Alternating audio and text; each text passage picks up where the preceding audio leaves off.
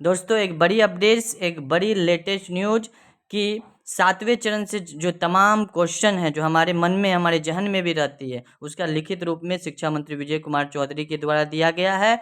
और बिहार विधानसभा के जो माननीय सदस्य हैं मनोज मंजिल के द्वारा पूछा गया है।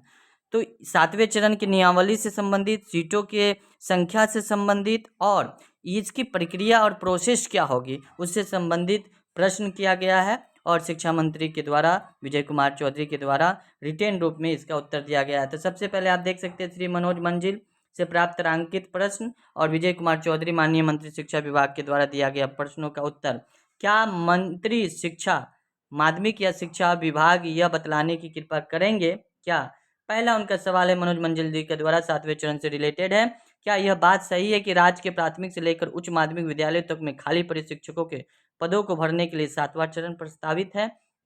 इसमें उन्होंने हाँ भरी है, स्वीकारात्मक है, जो काफ़ी पॉजिटिविटी है। शिक्षा विभाग के द्वारा इसे मानते भी आया गया है, वो प्रेस कॉन्फ्रेंस के द्वारा, अपर मुख्य सचिव के द्वारा हो या नए अपर मुख्य सचिव के द्वारा हो। दूसरा प्रश्न क्या है और उसका जवाब जो है काफ़ी दिलचस्प है। क्या यह बात सही है कि राज्य में संचालित प्राथमिक से लेकर उच्च माध्यमिक विद्यालयों तक के शिक्षकों की नियुक्ति में ऑनलाइन एवं सेंट्रलाइज तरीके से आवेदन नहीं लिया जाता है एवं डोमिसाइल जो नीति है वो भी लागू नहीं है? तो इसका जवाब बड़ा दिलचस्प है कि वस्तु स्थिति यह है कि नियुक्ति नियमावली 2020 के प्रावधानांतर्गत शिक्षक नियुक्ति हेतु सक्षम प्राधिकार पंचायती राज संस्थान, नगर निकाय संस्थान है। नियुक्ति की नियमावली 2020 के नियम 5 कंडिका 1 में आवेदक को बिहार राज्य का निवासी होना अनिवार्य है।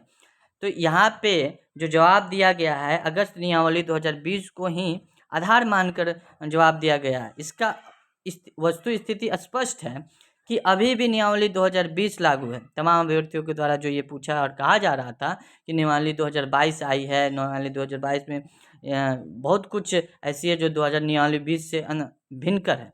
देखिए अभी जो कार्यरत है वो नियमावली 2020 है, लेकिन हम आगे बात करेंगे कि इसमें भी जिक्र किया है कि 7th फेज ऑनलाइन सेंट्रलाइज प्रक्रिया होगी, उसमें संशोधन होगा, ये तय है। जो हमारे अपर मुख्य सचिव थे उन्होंने भी ऐसा कहा था कि 7th फेज जो होगी वो 2000 नियम 20 की संशोधित रूप में होगी। तीसरा प्रश्न बड़ा खास है, यदि उपयुक्त खंडों के उत्तर स्वीकारात्मक है तो क्या सरकार 7वें चरण में ऑनलाइन एवं सेंट्रलाइज तरीके से आवेदन लेकर डोमिसाइल नीति लागू करके शिक्षकों की नियुक्ति करने का विचार रखती है? हाँ तो कब तक, नहीं तो क्यों? दोस्तों ये बताते चले कि पिछले दिनों में अखबारों ने भी कहा था कि बिहार 7th फेज में बिहार के ही निवासी अप्लाई कर सकते हैं।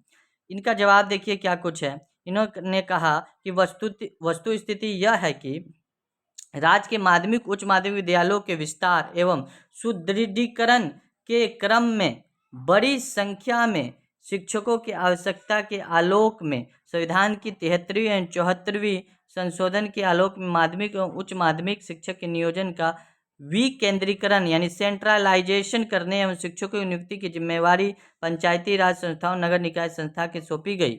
नियुक्ति हेतु आवेदक को बिहार राज्य का निवासी होना अनिवार्य, यानी इन्होंने सेंट्रल जो है, जो कहा जा रहा है कि सेंट्रलाइज प्रक्रिया होगी 7th में, उसको स्वीकार किया है और डोमिसाइल नीति वाली भी बात इन्होंने स्वीकार किया है। तो अब हमको लगता है अभ्यर्थियों को कोई कन्फ्यूजन नहीं होना चाहिए। इन रिटेन में शिक्षा मंत्री विजय कुमार चौधरी ने जवाब दिया है और हम सभी STAT अभ्यर्थी, वो प्राइमरी के हों या टेट हम लोग अभ्यर्थी सेकेंडरी, सभी अभ्यर्थी हम लोग मनोज मंजिल के आभार हैं जिन्होंने लगातार हम लोगों का साथ दिया है। आप देख सकते हैं शिक्षा विभाग बिहार पटना 24/6/2022 को ये जवाब दी गई है शिक्षा मंत्री विजय कुमार चौधरी के द्वारा। तो दोस्तों हमारी रिक्वेस्ट है कि यह आपको काफ़ी इन्फॉर्मेटिव लगा होगा, तो आप सब चैनल को सब्सक्राइब कर बेल आइकन प्रेस कर दिए, इसको ज़्यादा से ज़्यादा शेयर करें ताकि आपके साथ साथ और दूसरे अभ्यर्थी का भी कन्फ्यूजन दूर हो।